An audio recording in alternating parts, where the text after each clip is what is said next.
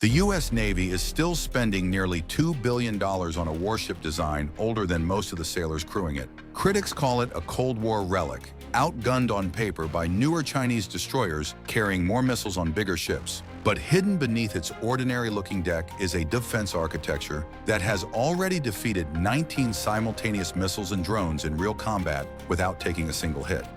Today, we're going inside the engineering that keeps a design born in 1988 at the center of modern naval warfare. At first glance, it's hard to see why. The Arleigh Burke doesn't look extraordinary.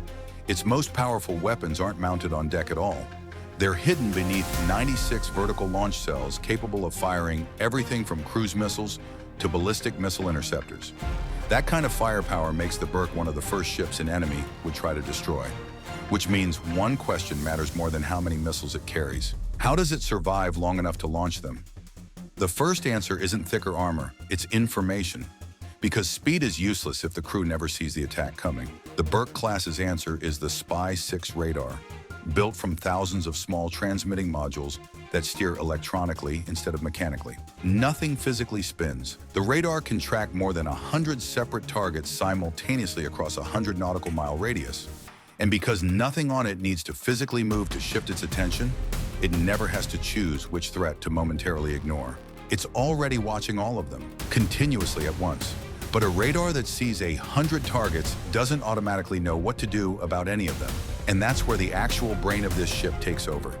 The command and decision system, the beating core of the Aegis Combat System, pulls in the radar picture alongside satellite data and sonar contacts from below the surface, fusing all of it into a single operational picture.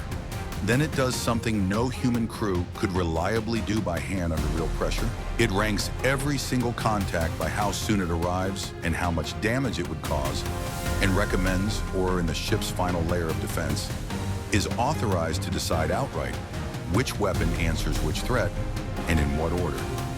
In a fight measured in seconds, the ship's survival depends less on any individual sensor or missile, and more on whether that automated loop sorts the chaos correctly before it's too late to matter. Seeing and deciding, though, are still only preparation. At some point, something has to actually stop the threat from reaching the hull. And this ship doesn't rely on a single method to do that. It relies on making itself disappear. The AN/SLQ-32 electronic warfare suite is, in effect, an enormous integrated jammer, built to detect an incoming missile's guidance radar and flood it with false signals before that missile ever gets close enough to matter. That's the invisible layer, the one that tries to blind the threat before it can even see the ship clearly. If that fails, the next layer doesn't try to hide the ship at all. It tries to seduce the missile somewhere else entirely. Nulka-active decoys are fired off the deck and hover in midair, broadcasting a radar signature deliberately built to look more attractive than the actual destroyer's own signal, luring an incoming missile away from the real target and toward an empty patch of sky. Infrared flares do the same job against heat-seeking threats, giving a missile something hotter and more tempting to chase than the ship's actual engines. And the threat isn't only coming from the air.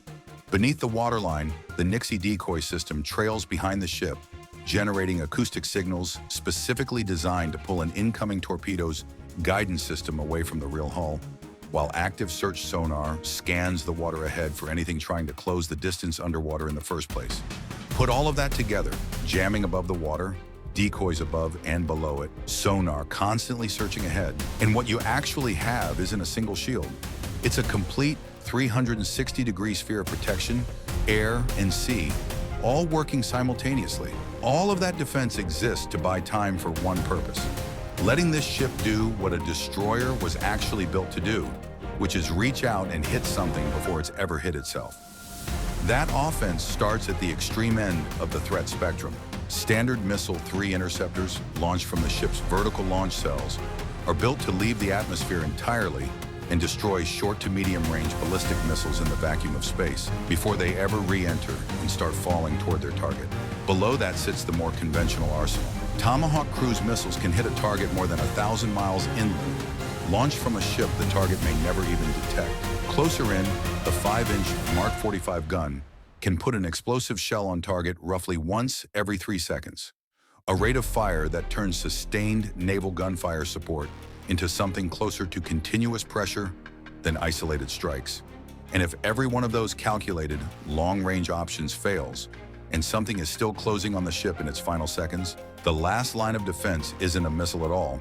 It's the Phalanx close-in weapon system, firing 4,500 rounds a minute entirely on its own, without waiting for a human to react. Because at that range, human reaction time is already too slow to matter. Crews who've watched it fire don't describe it like a gun.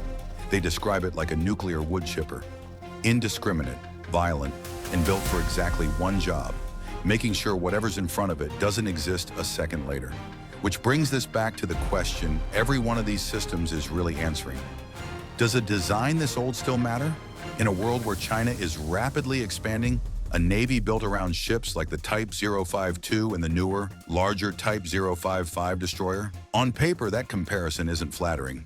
The Type 055 is bigger, carries more vertical launch cells, and represents a navy building warships at a pace the United States currently can't match hull for hull. If this were purely a spec sheet competition, that would be a genuine problem. But raw specifications have never been the whole story, and the Navy's actual advantage sits somewhere specs don't measure at all, in logistics, in institutional combat experience, accumulated over 3.5 decades of real deployments, and in a level of fleet interoperability that took generations to build.